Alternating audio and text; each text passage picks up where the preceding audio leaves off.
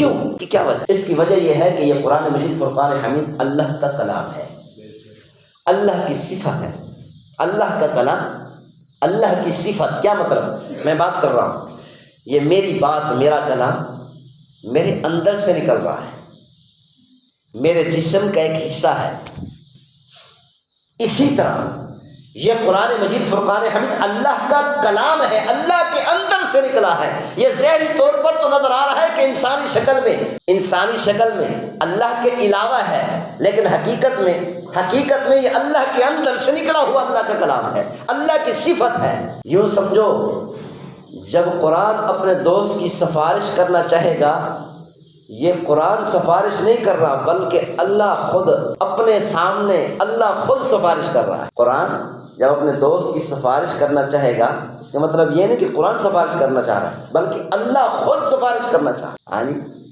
اور جس کی اللہ خود سفارش کر دے تو بتاؤ کیا سفارش قبول نہیں ہوگی؟ یہ قرآن مجید فرقان حمید موت کے وقت سے لے کر جنت میں داخل کرانے تک ساتھ رہے گا اور کہے گا تجھے پریشان ہونے کی ضرورت نہیں۔ موت کے وقت سے کہہ دے گا تجھے پریشان ہونے کی ضرورت نہیں، میں تیرے ساتھ ہوں، میں اس وقت تک تجھ سے جدا نہیں ہو سکتا جب تک تجھے جنت میں داخل نہ کرا۔ اسی لیے بھائی یہ سفارشی ہمارے سامنے ہے، ہم کیوں نہ اسی جو ہمارے سامنے ہے، جو ہمارے ہاتھوں میں ہے، جس کو ہم پڑھتے ہیں، جس کی ہم تلاوت کرتے ہیں، ہم تلاوت کر کے اسی کے مطابق زندگی گزار کر، اس کو سمجھ کر اس قرآن کو قیامت والدن اپنا سفارشی بنا لیں۔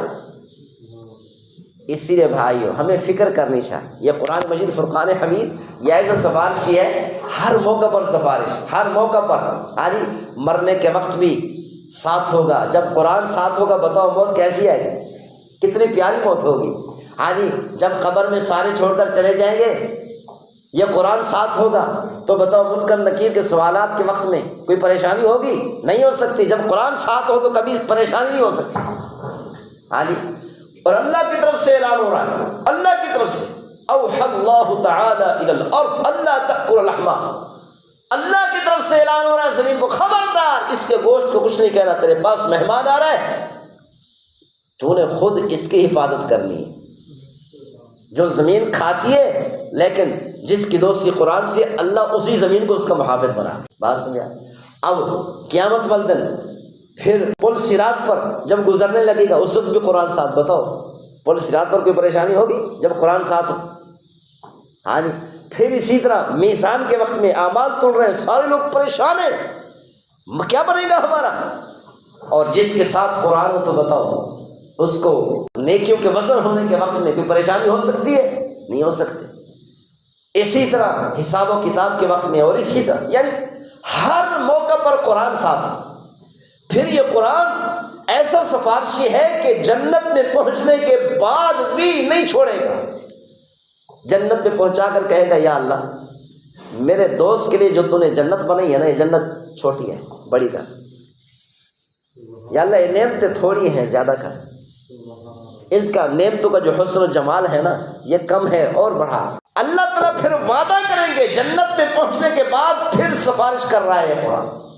جنت میں حدیث شریف ہے، پیغمبر صلی اللہ علیہ وسلم نے فرمایا جنت میں پہنچنے کے بعد پھر سفارش کر رہا ہے یہ قرآن مجید فرقان، یا اللہ اس کی جنت وسیع کر۔ پھر اللہ تعالیٰ فرمائیں گے اے قرآن جیسے تو نے چاہا ویسے میں نے اس کو عطا کیا۔ کتنی بڑی سعادت، کتنی بڑی سعادت۔ اس لیے بھائیو ہمیں قرآن سے دوستی لگے۔ کیسے دوستی لگے گی؟ تلاوت کرے روزانہ، بلا ناغہ تلاوت کرے، بلا ناغہ تلاوت کرے، بلا ناغہ تلاوت کرے۔ کہتے بلا ناغہ جو مسلمان تلاوت کرتے ہیں، جب آدمی بوڑھا ہوتا ہے نا، سب سے بڑھاپے کا اور کمزوری کا سب سے پہلا حملہ جو ہوتا ہے نا دماغ پر ہوتا ہے۔ بڑھاپے کا اور کمزوری کا سب سے پہلا حملہ دماغ پر ہوتا ہے۔ دماغ کام کرنا چھوڑنا شروع کر دیتا ہے۔ بات سمجھ یار میرا دماغ، کہتے نا بوڑھے حضرات یہ کہتے ہیں یار میرا دماغ کام نہیں کرتا۔ بعض اوقات اس حد تک یہ کمزوری، دماغی کمزوری اس حد تک پہنچ جاتی ہے کہ کچھ باتیں کر رہا ہوتا ہے اس کو پتہ ہی نہیں تو میں کیا کر رہا ہوں، ایسی ایسی باتیں کر جاتا اس کو پتہ ہی نہیں چلتا۔ جو مسلمان روزانہ قرآن مجید کی تلاوت کرتا ہے، روزانہ، یہ قرآن کا معجزہ ہے، سارے جسم کے اعضاء کام کرنا چھوڑ جائیں گے لیکن دماغ کام کرنا نہیں چھوڑے۔ یہ ایک تجربہ ہے ہمارے علاقے میں، ہمارے رشتہ داروں میں۔ میری دادی صاحبہ کا واقعہ کہ جب وہ فوت ہونے لگی تو اس وقت کئی دنوں سے بے ہوش ہو گئی، کئی دنوں سے روزانہ قرآن کی تلاوت کرتی، روزانہ۔ یہ مشہور تھا ہمارے خاندان میں، خوشی ہو جائے، غم ہو جائے، کچھ ہو جائے، ان کی تلاوت ختم نہیں ہوگی، ان کی تلاوت نہیں چھوٹے گی، تلاوت ملا کر نہیں ہو سکتا کہ روزانہ تلاوت کرتے قرآن مجید کی۔ وہ کئی دنوں سے بے ہوش، سارے ہم پریشان کہ بھئی یہ روزانہ قرآن کی تلاوت کر رہی ہے اور مرتے وقت میں کلمہ نصیب نہ ہو تو کیا ہوگا؟ کیا ہوا کہ جب موت کا وقت آیا، اچانک آنکھیں کھولی اور ساتھ بیٹھنے والے تھے کہ نا مجھے اٹھایا، کلمہ پڑھا اور ایک ایک سے کہا جو ساتھ بیٹھے تھے، میرے کلمے کا گواہ ہو جا، میرے کلمے کا گواہ ہو جا، میں کلمہ پڑھ رہا ہوں، میرے کلمے کا گواہ ہو جا۔ ایک ایک کو پکڑ کر کہا، بس اتنی دیر وہ ان کو ہوش آیا، کئی دنوں سے بھی ہوش، موت کے وقت میں ہوش آیا، ایک ایک کو گواہ بنایا، بار بار کلمہ پڑھا، کلمہ پڑھتے ہی دنیا سے رخصت۔ یہ آنکھوں دیکھا واقعہ، تجربہ۔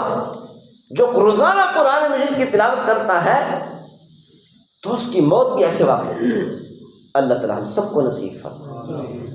الحمدللہ رب العالمین، والصلاة والسلام علی سید الانبیاء والمرسلین، اللہم اغفر لنا، اللہم ارحمنا، وکفر عنا سیئاتنا وتوفنا مع الابرار۔ یا رحم الراحمین، ہماری حاضر قبول مقبول فرما، ہم سب کے تمام صغیرات و کبیرہ گناہوں کو معاف فرما۔ یا رحم الراحمین، ہمیں قرآن مجید، فرقان حمید سے حقیقی محبت نصیب فرما، پورے قرآن مجید پر عمل کرنے والا بنا۔ یا